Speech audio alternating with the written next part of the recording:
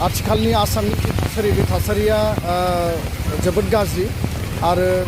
बेखायनो गाज्रि जे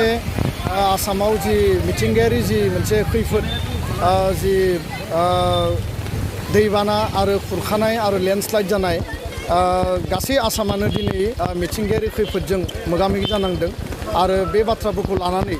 भुटान आरो अरुणाचलनि जे हाजोनि दै आरो बांद्राय अखा हानायनि थाखाय क'क्राझार चिरां बाक्सा आरो उदालगुरि सनितपुर बिश्वनाथ आप टु धेमाजिसिम गासै माने दैबानाया दिनै लोमजोबनानै दङ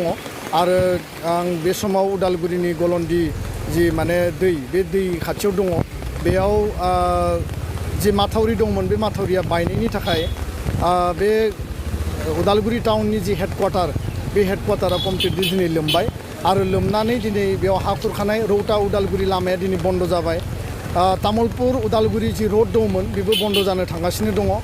आरो गोबां माने लामाफोरा दिनै बन्द जाबाय आरो रेलवेयाबो अलमस्ट दा माने खारनो हायै मोनसे अबस्थायाव दा बेखायनो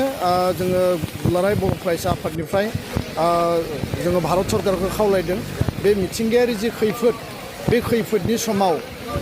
आसामनि गासै सुबुंफोरखौ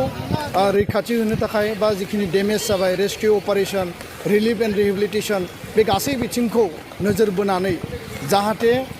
रावनिबो सुबुंनि जिउआ जाहाथे थांनो गोनां जाया जायफ्रा दिनै रिलिफआव दङ बिथांमोननो मोजाङै जाहोनो आरो बिथांमोनखौ जोथोन लानो हायो आरो बेबायदि नेचारेल केलामिटिसनि समाव जों नुदों जे केरेलायाव 20,000 कौटि हरदों मालाबा नोङो उरिष्यायाव 10,000 कौटि हरदों दा बेखायनो भारत सरकारनि PM रिलिफ फान्डनिफ्राय जोङो दाबि खालामदों दुलाराय बर' फरायसा आफादा 20,000 रां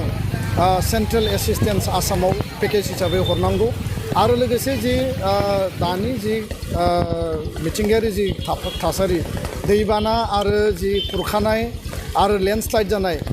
बे गासैबो थासारिखौ नेशनेल माने डिजास्टार बा नेशनेल प्रब्लेम हिसाबै डिक्लेयार खालामनांगौ होननानै जों दाबि होबोदों आरो दिनै स्ट्रंलि जोङो भारत सरकारखौ जोङो खावलायदों आरो दाबि खालामदों जे बेखौ नेशनेल प्रब्लेम हिसाबै डिक्लेयार खालामनानै गासै नेशनेल कमिटमेन्टखौ जाहाथे फुरा खालामो एक इस्ट पलिसिनि बाथ्रा बुंनाय जायो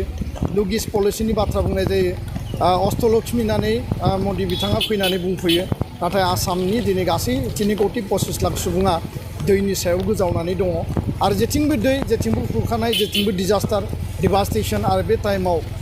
जोङो गावखौनो सांग्राङै रैखाथि खालामनानै लाखिनांगोन आं बेखायनो खावलायबाय दिनै गलन्दिया बायदों बिनि गुबै जाहोना जाबाय गलन्दिनि फारनैबो बेयाव माने माथावरि खोनाय जादोंमोन नाथाय 14 कौटि रांजों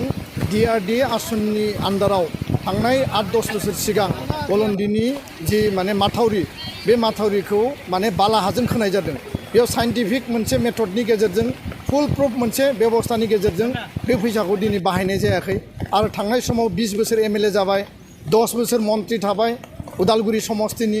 आरो माजबाद समस्तिनि खेबनै MLA जाबाय बिथांमोना बे माथावरिखौ जेरैबायदि बाहायनांगौमोन बानायनांगौमोन आरो बिथांमोननि